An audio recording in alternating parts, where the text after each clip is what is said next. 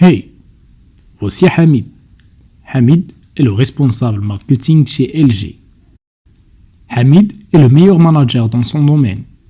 Lui et son équipe n'ont épargné aucun effort pour offrir le meilleur service aux clients. Néanmoins, LG voyait son chiffre d'affaires baisser de 10% par rapport aux 3 derniers mois. L'équipe, à chaque fois, essaie une technique pour remonter à cette défaillance. Mais les choses ne vont pas toujours comme planifié. À chaque fois, le problème est élaboré d'une manière superficielle, ce qui explique les solutions temporaires et insuffisantes données, jusqu'à l'arrivée d'un consultant qualité qui a proposé d'aller chercher la source du problème pour le régler radicalement, et ce en utilisant la fameuse 5 pourquoi. Ces techniques voient le jour dans les années 30, pendant l'évolution des méthodologies industrielles japonaises, avec Monsieur Sakichi Toyoda, l'inventeur et le fondateur de Toyota. C'est une méthode qui, à la base, est née pour l'optimisation des processus industriels. Mais de nos jours, elle se révèle être utile pour bien d'autres choses. La base de cette approche scientifique, c'est de demander pourquoi 5 fois, chaque fois que nous découvrons un problème.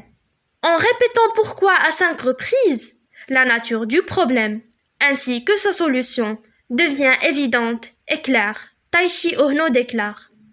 En d'autres termes, cette méthode est un outil qualité très efficace dans la résolution des problèmes, soit personnels, soit professionnels.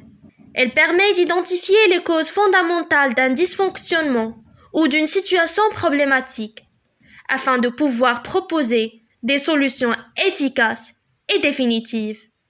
C'est tout simplement le fait de partir de l'effet constaté, c'est-à-dire le problème, et remonter jusqu'à la cause racine par une succession de questions. Pourquoi ? Aujourd'hui, grâce à cet outil, on est capable de, premièrement, revenir à la racine de n'importe quel problème et trouver des solutions. Deuxièmement, améliorer la qualité de notre travail. Troisièmement, prendre des meilleures décisions. Et finalement, comprendre en profondeur notre système. Mais pourquoi 5 exactement? Pourquoi pas 3, 4 ou encore 6, 7, 8?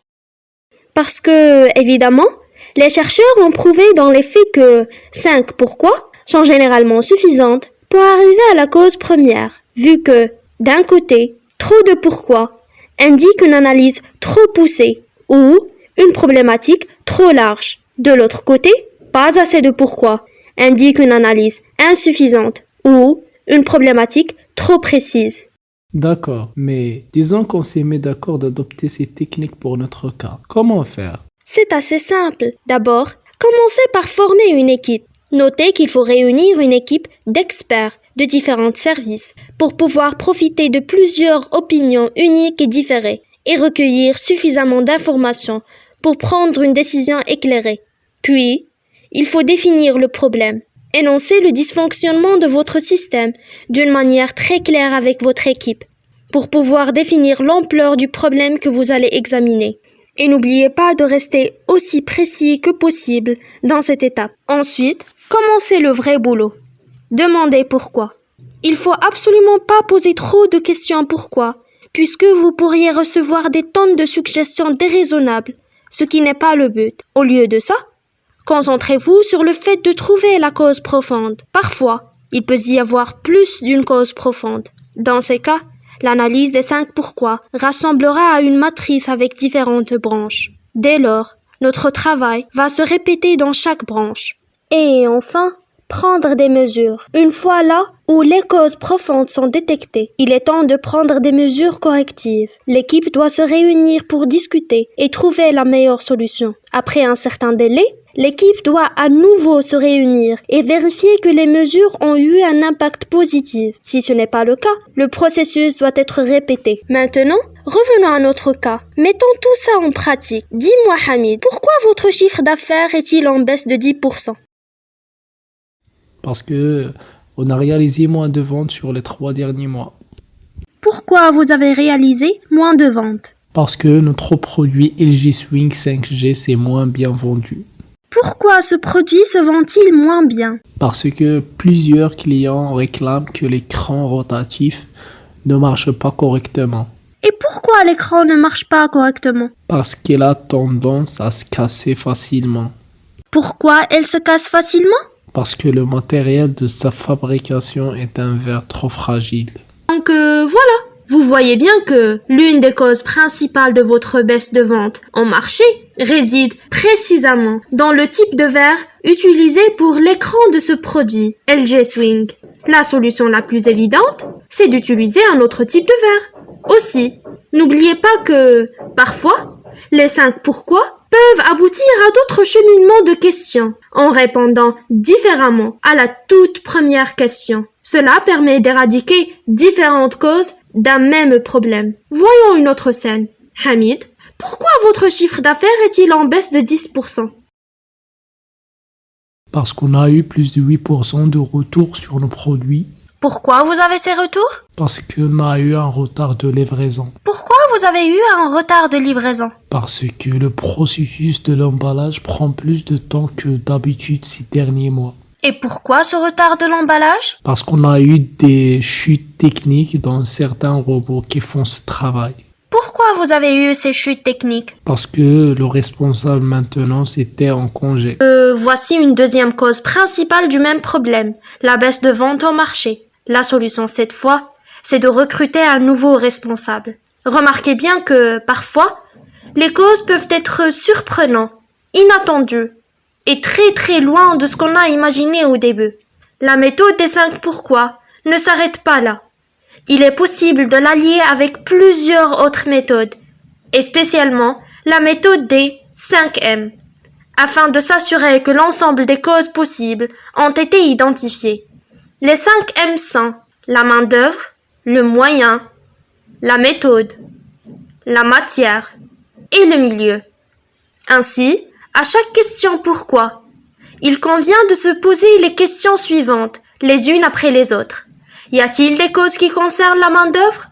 Y a-t-il des causes qui concernent les moyens à disposition? Y a-t-il des causes qui concernent la méthode utilisée? Y a-t-il des causes qui concernent la matière utilisée? Y a-t-il des causes qui concernent le milieu où s'est déroulée la situation? Et donc finalement, on finit avec un schéma plus global du problème abordé. Attention, bien que simple d'utilisation, la méthode 5 pourquoi comporte des pièges à éviter et des risques inhérents connus à savoir. Dans ce contexte, il est nécessaire de 1. Déployer la méthode avec des personnes directement concernées par le problème afin d'éviter des véritables causes. 2. Rester factuel, c'est-à-dire rapporter ce qui s'est réellement passé clairement. 3. Ne jamais travailler par déduction aux suppositions de ce qui s'est passé. 4. Se cantonner aux causes sur lesquelles il est possible d'avoir un contrôle. 5. Souvent, vous pouvez tomber dans des pièges de s'arrêter à une cause première simple, alors que chaque question pourrait mettre à jour plusieurs causes premières différentes. 6. Les résultats ne sont pas toujours répétables. Des personnes différentes utilisent la technique des 5 pourquoi pour trouver des causes différentes à un même problème comme mentionné avant. 7. Il est difficile d'être certain d'être allé assez loin dans l'analyse des relations de cause à effet pour avoir vraiment atteint les causes premières et ne pas s'arrêter sur un symptôme en cours d'analyse. 8. L'expert a cette tendance naturelle de diriger le questionnement vers des causes connues, ou du moins précédemment rencontrées qui provoquent une incapacité à écouter attentivement les réponses au pourquoi présent, et à poursuivre une bonne investigation. Ce que l'on appelle parfois la malédiction du savoir. 9. Passer trop vite au pourquoi suivant sans avoir bien examiné la réponse fournie. Maintenant que vous savez tout, c'est à vous de l'essayer et de résoudre radicalement vos problèmes personnels et professionnels. À bientôt.